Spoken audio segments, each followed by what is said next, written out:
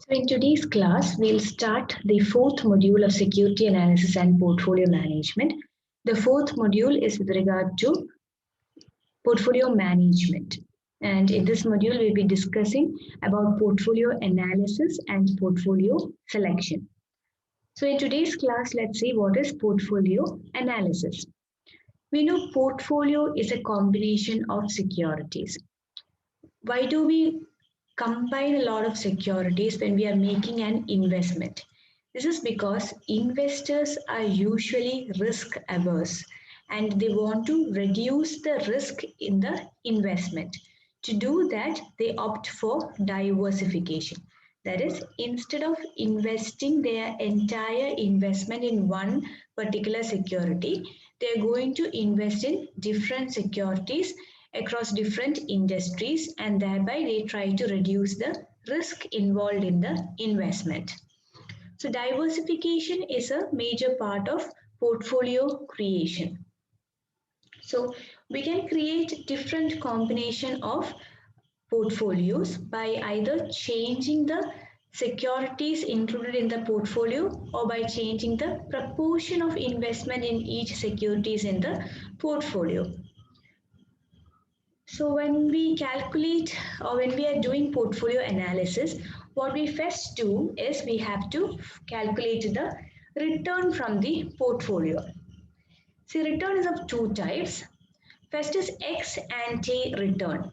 Ex ante return means the return that we expect to get from a particular investment. That is, we have not yet made that investment. We are making the investment in expectation of getting this return. That is known as the ex ante return. Now, there's also another type of return, that is ex post return. Ex post return is the actual return that you get from that investment. This is the historical return, the one that we will record, because this is the return that we actually got from that particular investment. So there is ex ante return, which is the expected return, and ex post return, which is the historical return. So we have to find out the expected return. As an investor, I am interested in finding out the future returns. What return will I earn if I make a particular investment? So in order to calculate the expected return of a portfolio, we have to calculate the weighted average of the return of the individual securities held in the portfolio. Security ഇപ്പം different type of securities ഉണ്ടെന്ന് ഇരിക്കട്ടെ. രണ്ട് സെക്യൂരിറ്റീസിൻ്റെ case ഇപ്പം നമുക്ക് എടുക്കാം. നമ്മുടെ പോർട്ട്ഫോളിയോയ്ക്കകത്ത് രണ്ട് securities ആണുള്ളത്. Security P and security Q ഉണ്ടെന്നുണ്ടെങ്കിൽ അത് രണ്ടിൻ്റെയും റിട്ടേൺ, ഇൻഡിവിജ്വൽ റിട്ടേൺസ് എന്താണെന്ന് ആദ്യം കാൽക്കുലേറ്റ് ചെയ്യണം. ആ ഇൻഡിവിജ്വൽ റിട്ടേൺസിനെ നമ്മൾ വെയിറ്റ് കൊടുക്കണം. വെയിറ്റ് കൊടുക്കുന്നത് എങ്ങനെയാണ്? We will multiply the returns with the proportion of investment. Security പിയിൽ എത്ര ഇൻവെസ്റ്റ് ചെയ്തു, സെക്യൂരിറ്റി ക്യൂവിൽ എത്ര പെർസെൻറ്റേജ് ആണ് നമ്മൾ ഇൻവെസ്റ്റ് ചെയ്തിരിക്കുന്നത് എന്ന് നമ്മൾ നോക്കിയിട്ടാണ് നമ്മൾ റിട്ടേൺ കാൽക്കുലേറ്റ് ചെയ്യുന്നത്. So for example, if my portfolio consist of 2 equity shares, one is P and other is Q. The expected return from security P is 15 and security Q is 20. പിയിൽ നിന്നും ഞാൻ expect ചെയ്യുന്ന return 15% ആണ്, ക്യൂവിൽ നിന്നും expect ചെയ്യുന്ന 20% ആണ്. ക്യൂവിൽ നിന്ന് കൂടുതൽ എക്സ്പെക്ട് ചെയ്യുന്നത് കാരണം എൻ്റെ കയ്യിലുള്ള ക്യാഷ് ഫോർ ഇൻവെസ്റ്റ്മെന്റ് അതിൻ്റെ ഒരു 60% ഞാൻ ക്യൂവിൽ ഇൻവെസ്റ്റ് ചെയ്തു, 40% ഞാൻ പി എന്ന് പറയുന്ന സെക്യൂരിറ്റിയിൽ ഇൻവെസ്റ്റ് ചെയ്തു. അപ്പോൾ നമുക്ക് എക്സ്പെക്റ്റഡ് റിട്ടേൺ കാൽക്കുലേറ്റ് ചെയ്യാൻ ജസ്റ്റ് ഇത്ര അറിഞ്ഞാൽ മതി: proportion of investment in each security and the expected return from each security. അപ്പോൾ സെക്യൂരിറ്റി പിയിൽ 40% ഇൻവെസ്റ്റ് ചെയ്തു, അതിൽ നിന്നുള്ള റിട്ടേൺ എന്ന് പറയുന്നത് 15 ആണ്. അപ്പോൾ എക്സ്പെക്റ്റഡ് റിട്ടേൺ കാൽക്കുലേറ്റ് ചെയ്യാൻ 0.40, that is the percentage of investment that you made in security P, into 15, that 15 is the expected return from security P, plus 0.60, that is the percentage of investment that you made in security Q, into 20, which is the expected return from security Q. അപ്പോൾ എന്തുമാത്രം securities ഉണ്ടോ ആ ഓരോ സെക്യൂരിറ്റിയുടെയും റിട്ടേൺസിനെ നമ്മൾ proportion of investment വെച്ച് multiply ചെയ്ത് add ചെയ്തെടുക്കുന്നതാണ് പോർട്ട്ഫോളിയോയുടെ return എന്ന് നമ്മൾ പറയുന്നത്.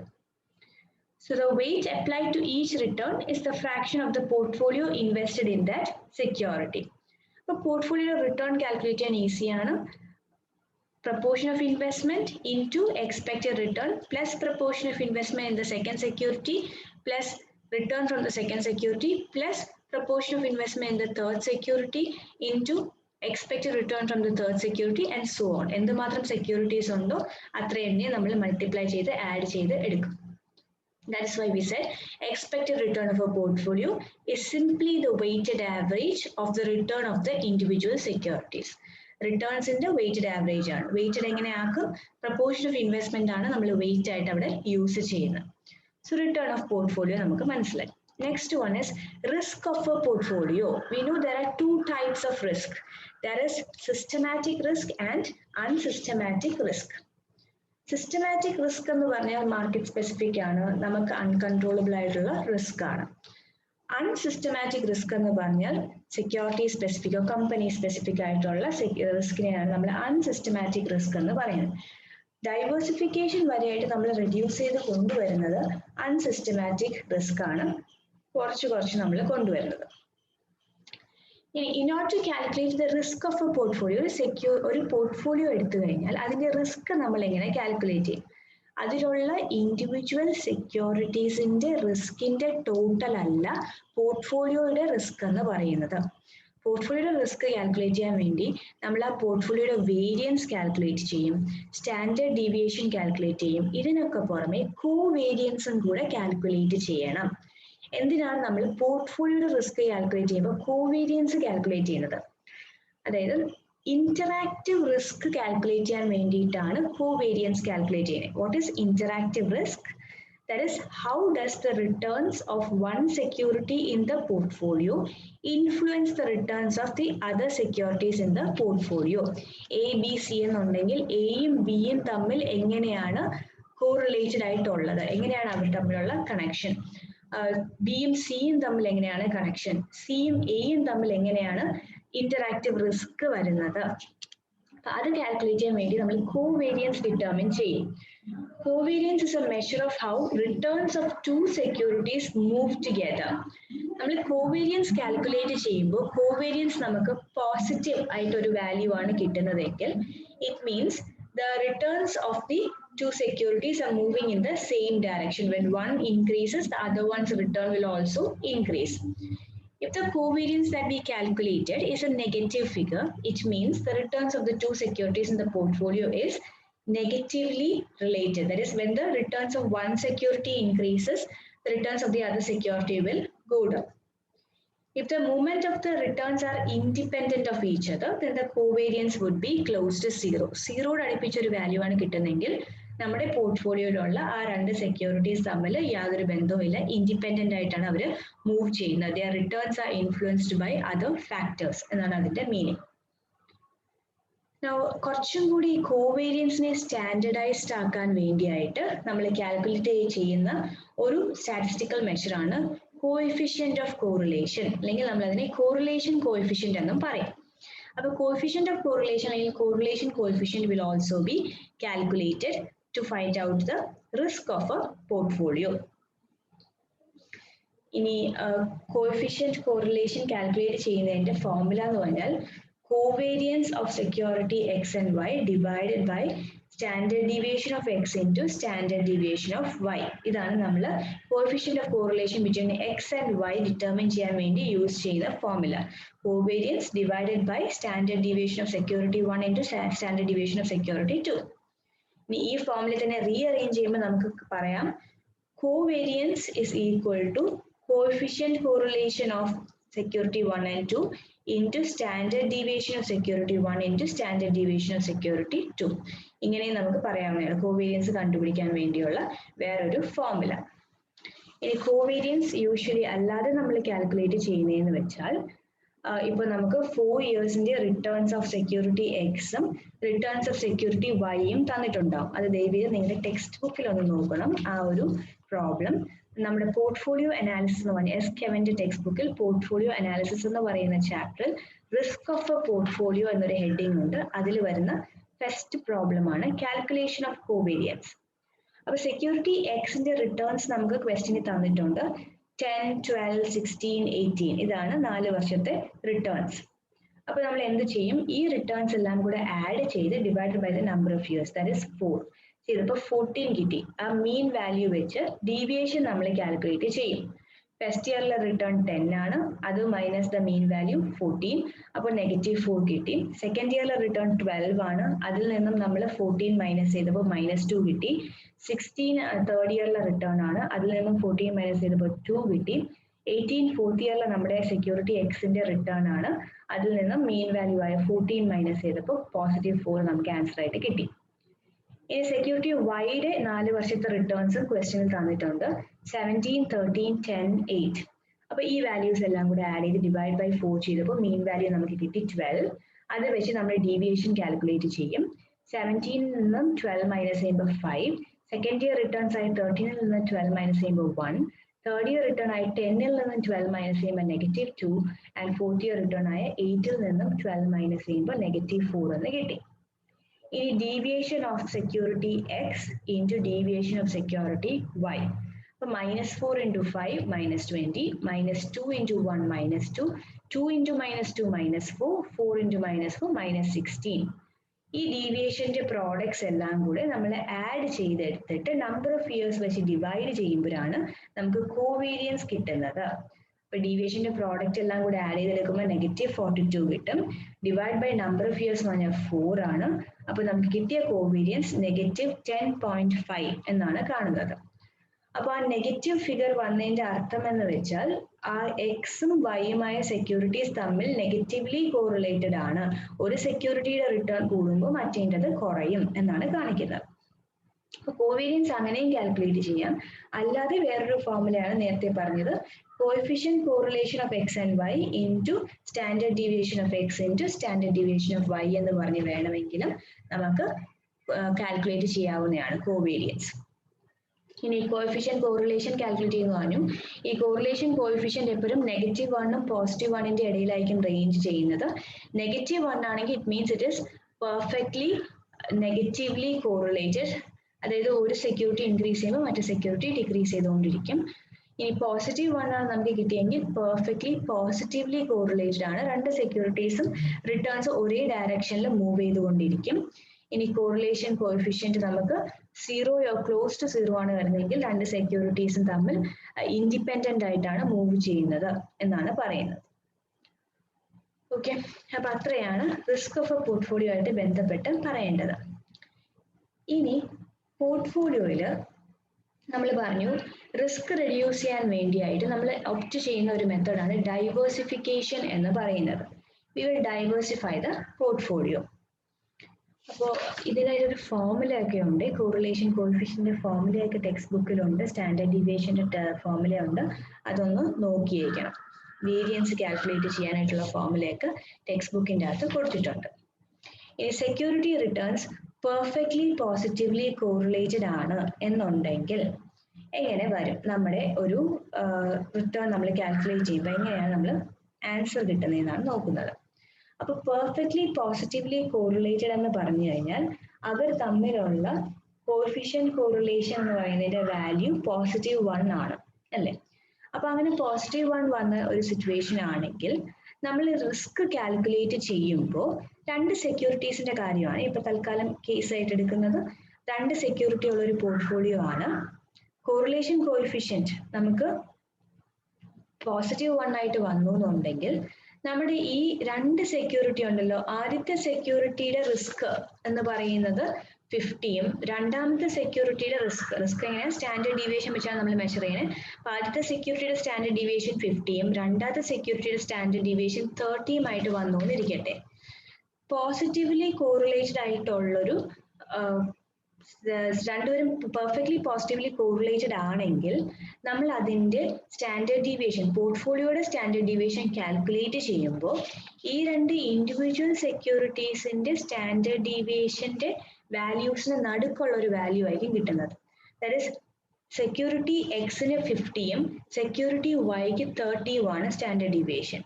അപ്പോൾ ഈ 50-യുടെയും 30-യുടെയും ഇടയ്ക്കുള്ള ഒരു വാല്യൂ ആയിരിക്കും നമുക്ക് പോർട്ട്ഫോളിയോയുടെ സ്റ്റാൻഡേർഡ് ഡീവിയേഷൻ ആയിട്ട് കിട്ടുന്നത് when your security returns are perfectly positively correlated. അപ്പോൾ നമുക്കറിയാം പോസിറ്റീവ്ലി കോറിലേറ്റഡ് ആയിട്ടുള്ള സെക്യൂരിറ്റീസിനെ ഒരുമിച്ച് കമ്പൈൻ ചെയ്യുമ്പോൾ റിസ്ക് ആവറേജ് ചെയ്തേ പോകുന്നുള്ളൂ, റിസ്ക് അങ്ങനെ റെഡ്യൂസ് ആവുന്നില്ല. നമ്മുടെ ആ പോർട്ട്ഫോളിയോയിലുള്ള ഹയസ്റ്റ് സ്റ്റാൻഡേർഡ് ഡീവിയേഷൻ ഉള്ള സെക്യൂരിറ്റിയും ലോവസ്റ്റ് സ്റ്റാൻഡേർഡ് ഡീവിയേഷൻ ഉള്ള സെക്യൂരിറ്റിയുടെയും ആ വാല്യൂസിന്റെ ഇടയ്ക്കുള്ള ഒരു വാല്യൂ ആയിരിക്കും പോർട്ട്ഫോളിയോയുടെ സ്റ്റാൻഡേർഡ് ഡീവിയേഷൻ ആയിട്ട് നമുക്ക് കിട്ടുന്നത്.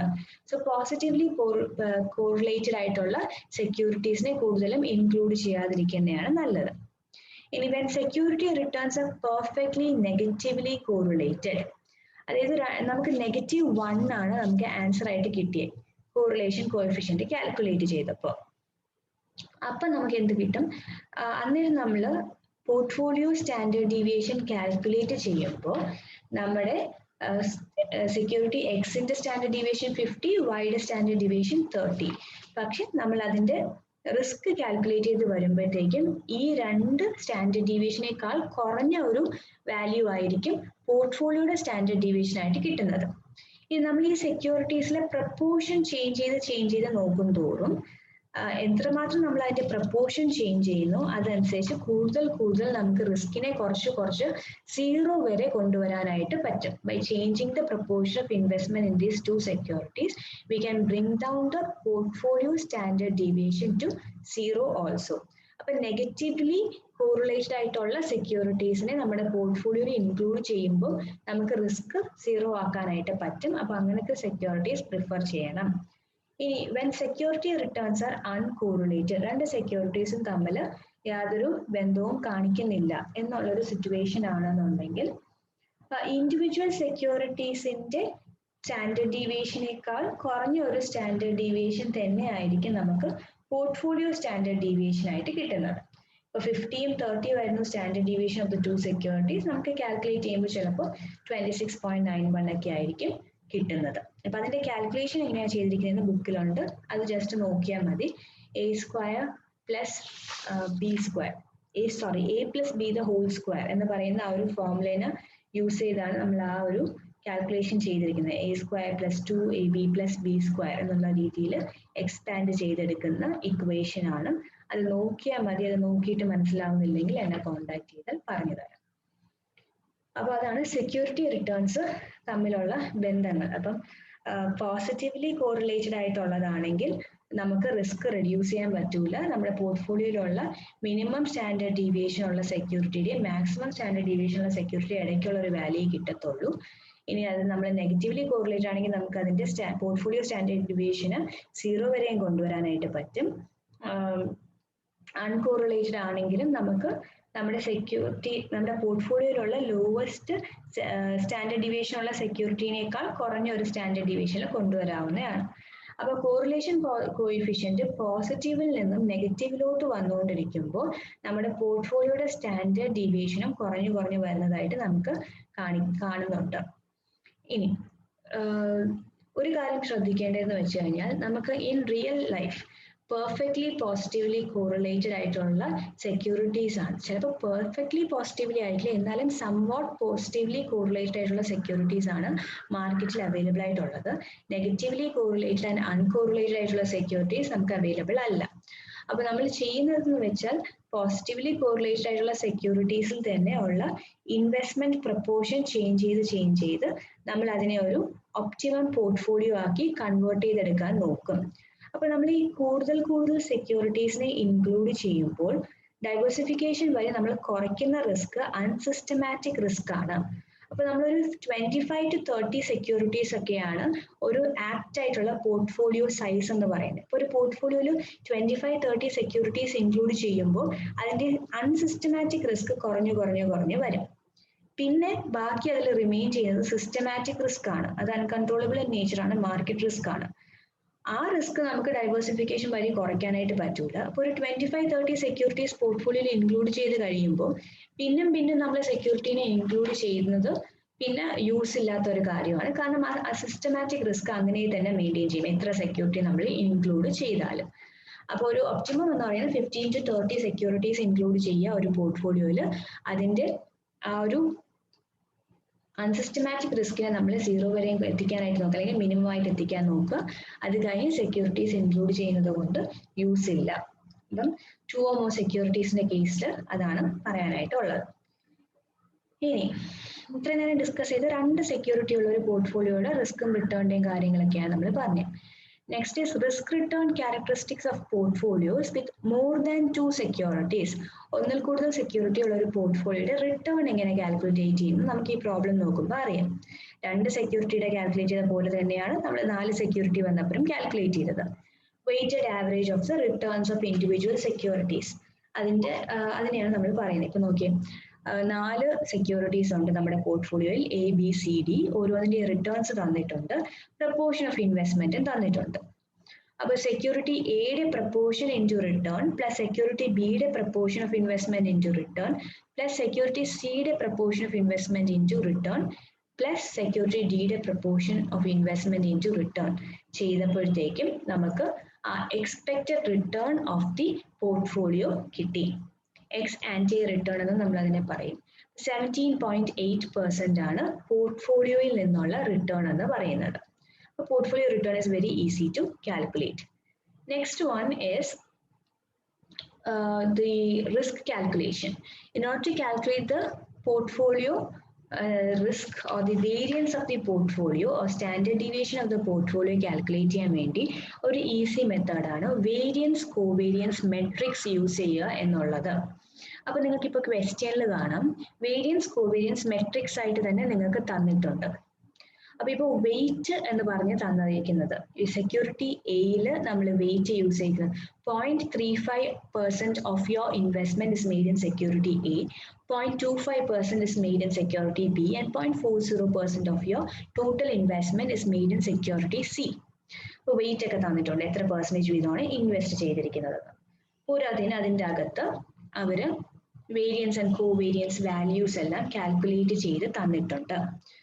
അപ്പോൾ ഇപ്പൊ നമ്മൾ അതിനെ ഒരു മെട്രിക്സ് ആയിട്ട് റീഫ്രെയിം ചെയ്ത് എഴുതാനായിട്ട് പോകുന്നതാണ്. അപ്പോൾ വെയിറ്റ് നമ്മൾ സെക്യൂരിറ്റി എ ബി സിന്ന് താഴെയും മുകളിലും എഴുതും. വെയിറ്റ് നമ്മൾ സൈഡിലും കാണിക്കും മുകളിലും കാണിക്കും. സി 0.35, 0.25, 0.40 മുകളിലും കാണിച്ചിട്ടുണ്ട്, 0.35, 0.25, 0.40. ഈ ഡയഗണൽ ആയിട്ടുള്ള വാല്യൂസ് എന്ന് പറയുന്നത് വേരിയൻസ് ആണ്. ബാക്കിയെല്ലാം കോവേരിയൻസ് വാല്യൂസ് ആണ്. ഡയഗണൽ വാല്യൂസ് എന്ന് പറഞ്ഞാൽ സി നമ്മുടെ ഈ മെട്രിക്സിൽ ഇപ്പൊ നോക്കിയേ 425 എന്നുള്ള വാല്യൂ കണ്ടോ എയുടെ താഴെ. ആ 425 എന്ന് പറയുന്ന വാല്യൂ വെച്ചിട്ടാണ് നമ്മൾ കാൽക്കുലേറ്റ് ചെയ്യാനായിട്ട് പോകുന്നത്. അപ്പം എ എന്ന് പറയുന്ന സെക്യൂരിറ്റിയിൽ തന്നെ നമ്മൾ ഇൻവെസ്റ്റ് ചെയ്യുകയാണെങ്കിൽ എന്തായിരിക്കും അതിന്റെ വാല്യൂ എന്നാണ് നമ്മളിപ്പോ ഡിറ്റർമിൻ ചെയ്യാനായിട്ട് പോകുന്നത്. സി 425 0.35 into 0.35 into 425 അതാണ് ആദ്യം നമ്മൾ കാൽക്കുലേറ്റ് ചെയ്യുന്നത്. പ്ലസ് രണ്ടാമത്തെ വാല്യൂയിലോട്ട് നമ്മൾ പോകും, ബി എന്ന് പറയുന്ന വാല്യൂ ആണ്. അപ്പോൾ നമ്മളിവിടെ എ ആൻഡ് ബി കോമ്പിനേഷൻ വരുമ്പോൾ ഉള്ളതാണ് നമ്മൾ കാൽക്കുലേറ്റ് ചെയ്യുന്നത്. 0.35 into 0.25 into -190.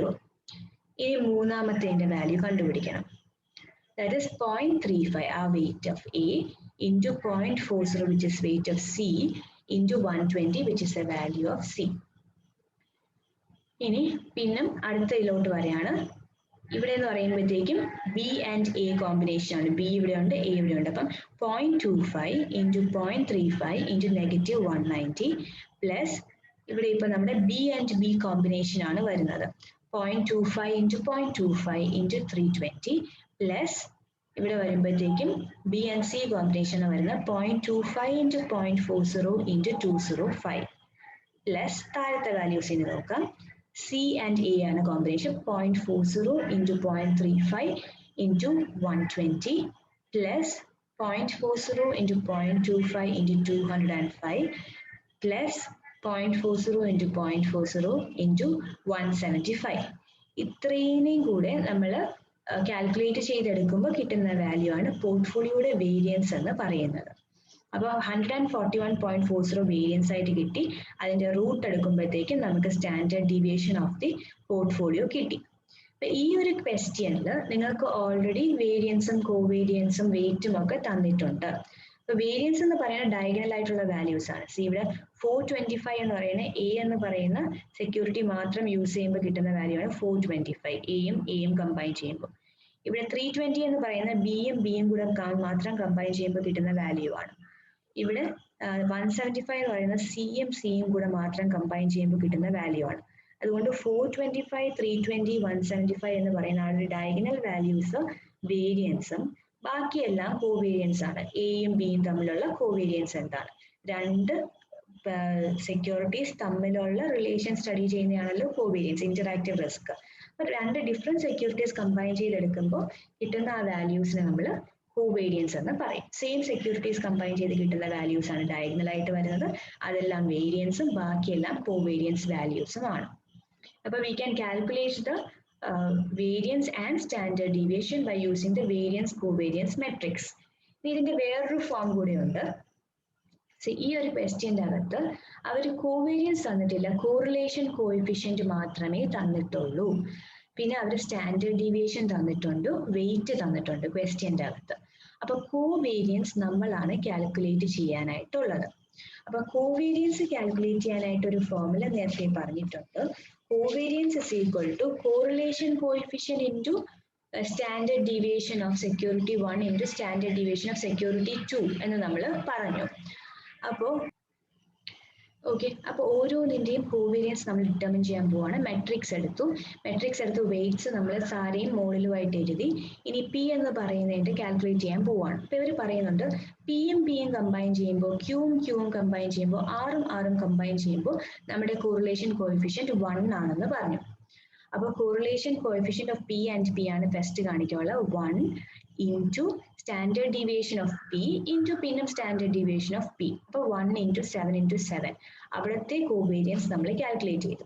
ഈ രണ്ടാമത്തെ കോവേരിയൻസ് അവിടെ വേരിയൻസ് ആണ് പിയും തമ്മിലുള്ളതല്ലേ, അപ്പൊ വേരിയൻസ് കാൽക്കുലേറ്റ് ചെയ്തു. ഇനി അടുത്ത രണ്ടാമത്തേണ്ടത് കാൽക്കുലേറ്റ് ചെയ്യാനായിട്ട് നമ്മൾ correlation coefficient of P and Q എടുത്തു 0.7 into standard deviation of P into standard deviation of Q 7 into 16. അതുപോലെ മൂന്നാമത്തേതെന്ന് പറയുമ്പോഴത്തേക്കും നമ്മൾ പി ആൻഡ് ആർ ആണ് വരുന്നത്. ഈ സൈഡിലെ പിയും മുകളിലെ ആറും കൂടെ നോക്കുമ്പോൾ പി ആൻഡ് ആർ കോമ്പിനേഷന് കോറിലേഷൻ കോഎഫിഷ്യന്റ് 0.3 ആണ് into standard deviation of P which is 7 into standard deviation of R which is 9. അങ്ങനെ നമ്മൾ മൾട്ടിപ്ലൈ ചെയ്തു. അങ്ങനെ ഓരോന്നിന്റെയും വാല്യൂ കണ്ടുപിടിക്കണം. ഇവിടെ ക്യൂ ആൻഡ് പിയുടെ കോമ്പിനേഷൻ നോക്കണം. 0.7 ആണ്. ക്യൂടെ നമ്മൾ സ്റ്റാൻഡേർഡ് ഡീവിയേഷൻ എടുത്തു 16, പിയുടെ നമ്മൾ സ്റ്റാൻഡേർഡ് ഡീവിയേഷൻ എടുത്തു 7. അങ്ങനെ ഓരോന്നിന്റെയും ഇവിടെ ക്യൂ ആണ്. ക്യൂവും വരുമ്പോൾ 1 ആണെന്ന് പറഞ്ഞു correlation coefficient. 1 into standard deviation of Q തന്നെ 2 പ്രാവശ്യം എടുക്കും, അത് വേരിയൻസ് വാല്യൂ ആണ്. അങ്ങനെ നമ്മൾ ഓരോന്നും മൾട്ടിപ്ലൈ ചെയ്തു. ഈ മൾട്ടിപ്ലൈ ചെയ്ത വാല്യൂസ് വെച്ചിട്ട് നേരത്തെ ചെയ്ത കണക്ക് വെയിറ്റ് ഇട്ട് നമ്മൾ കാൽക്കുലേറ്റ് ചെയ്യണം. അപ്പൊ സ്റ്റാൻഡേർഡ് വേരിയൻസ് എന്ന് പറയുന്നത് ഈ വെയിറ്റ് 0.35 ഇൻറ്റു 0.35 ഇൻറ്റു ഈ ആദ്യത്തെ കാൽക്കുലേഷൻ മൊത്തം പ്ലസ് രണ്ടാമത്തെ കാൽക്കുലേറ്റ് ചെയ്യാം 0.35 ഇൻറ്റു 0.25 ഇൻറ്റു ഈ രണ്ടാമത്തെ കാൽക്കുലേഷൻ മൊത്തം, മൂന്നാമത്തെ പ്ലസ് 0.35 ഇൻറ്റു 0.40 ഇൻറ്റു ഈ മൂന്നാമത്തെ കാൽക്കുലേഷൻ മൊത്തം. അങ്ങനെ ഓരോന്നിന്റെയും നമ്മൾ മൾട്ടിപ്ലൈ ചെയ്ത് ആഡ് ചെയ്തെടുക്കുമ്പോൾ കിട്ടുന്നതാണ് 65.49 എന്ന് പറയുന്ന വേരിയൻസ്. അതിന്റെ റൂട്ട് എടുക്കുമ്പോഴത്തേക്കും നമുക്ക് അതിന്റെ സ്റ്റാൻഡേർഡ് ഡീവിയേഷൻ കിട്ടും, portfolio standard deviation. So question കിട്ടുമ്പോൾ നോക്കുക, വേരിയൻസ് കോവേരിയൻസ് വെയിറ്റ് ഒക്കെ ഡയറക്റ്റ്ലി തന്നിട്ടുണ്ടെങ്കിൽ നേരത്തെ ചെയ്ത കണക്കൊന്ന് അപ്ലൈ ചെയ്താൽ മതി. ഇനി correlation coefficient standard deviation and weight ആണ് തന്നിരിക്കുന്നതെങ്കിൽ ആദ്യം കോവേരിയൻസ് നമ്മൾ കാൽക്കുലേറ്റ് ചെയ്യാനുള്ള രീതിക്ക് മെട്രിക്സിന്റെ അകത്ത് എഴുതുക, എന്നിട്ട് നേരത്തെ ചെയ്ത പോലെ മൾട്ടിപ്ലൈ ചെയ്ത് വേരിയൻസ് കാൽക്കുലേറ്റ് ചെയ്ത് റൂട്ട് എടുത്ത് സ്റ്റാൻഡേർഡ് ഡീവിയേഷൻ കാൽക്കുലേറ്റ് ചെയ്യും. അപ്പൊ ഇത്രയാണ് ഇന്നത്തെ ക്ലാസ്സിൽ ഡിസ്കസ് ചെയ്യാനായിട്ടുള്ളത്. ഇത്രയും മനസ്സിലായെന്ന് വിശ്വസിക്കുന്നു. Thank you.